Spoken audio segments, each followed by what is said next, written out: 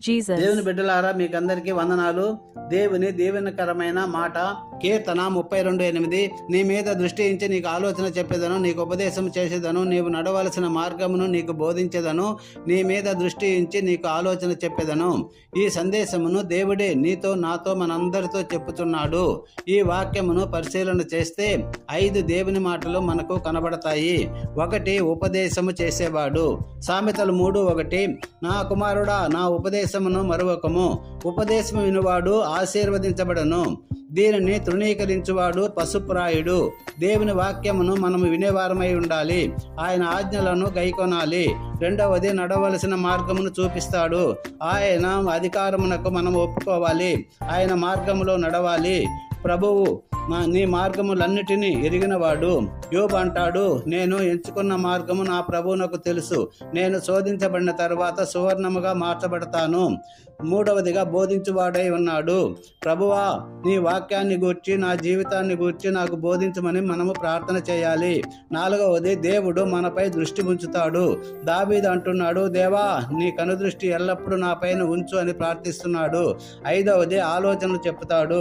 దేవుని ఆలోచనలు చాలా గొప్పవి. ఆయన ఆలోచనలు విని దీవించబడిన వారు చాలా మంది. ఒక్కొక్కరి పట్ల ఆయన ఆలోచనలు అద్భుతమైనవి. కీర్తన 34:11. పిల్లల పట్ల తల్లిదండ్రులు ఆలోచనలు కలిగి ఉంటారు. వారికంటే వారి పిల్లలు గొప్పవారు కావాలని ఆశిస్తూ ఉంటారు. పిల్లలు తల్లిదండ్రుల యొక్క ఆలోచనలను ఫాలో అయ్యి వాటి ప్రకారం నడిస్తే గొప్పవారు అవుతారు, మేలు పొందుకుంటారు, దీవించబడతారు. స్టూడెంట్ పట్ల టీచరు మంచి ఆలోచనలు కలిగి ఉంటారు. కీర్తన 73:21. మనము దేవా, ఈ భూమి మీద ఉన్నంత కాలము నడిపించమని ప్రార్థన చేయాలి. ఆ తర్వాత మహిమలో చేర్చుతాడు. ఆయన ఆలోచన చొప్పున నడుచువారు పరలోక రాజ్యమునకు చేర్చబడతారు. యెషయా 55:8. నా తలంపులు నీ తలంపుల వంటివి కావు, మీ త్రోవలు నా త్రోవల వంటివి కావు. గిదియోను అనుకున్నాడు, నా తలంపులు చాలా చిన్నవి, కానీ దేవుడు న్యాయాధిపతిగా చేసినాడు. యాకోబు జీవితంలో దేవుడు ఆలోచన ఇచ్చి దీవించాడు. దేవుడు ఆశ్చర్యకరుడు, ఆలోచనకర్త. గాఢాంధకారపు చీకటిలో దేవుని ఆలోచనలు కరెంటపు దీపపు వెలుగులాగా ఉంటాయి. కీర్తన 45.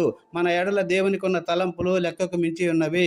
న్యూటన్కు ఇచ్చిన ఆలోచన యాపిల్ ఫ్రూట్ ద్వారా భూమి ఆకర్షణ శక్తిని కనుగొన్నాడు. ప్రియ బిడ్డ, నీ హృదయము దేవునికి సమర్పించినట్లయితే దేవుని ఆశీర్వాదాలు మెండుగా వస్తాయి. కీర్తన 1:1-6 వరకు. దేవుని ఆలోచన చొప్పున నడుచువారు దీవించబడతారు. దుష్టుల ఆలోచన చొప్పున నడుచువారు పాతాళ లోకమునకు నెట్టబడతారు. దేవుని బిడ్డలారా, మనము దేవుని ఆలోచన చొప్పున నడుచుకుంటూ దేవుని దీవెనలు పొందుకునే వారములాగా ఉందుముగాక. ఆమేన్.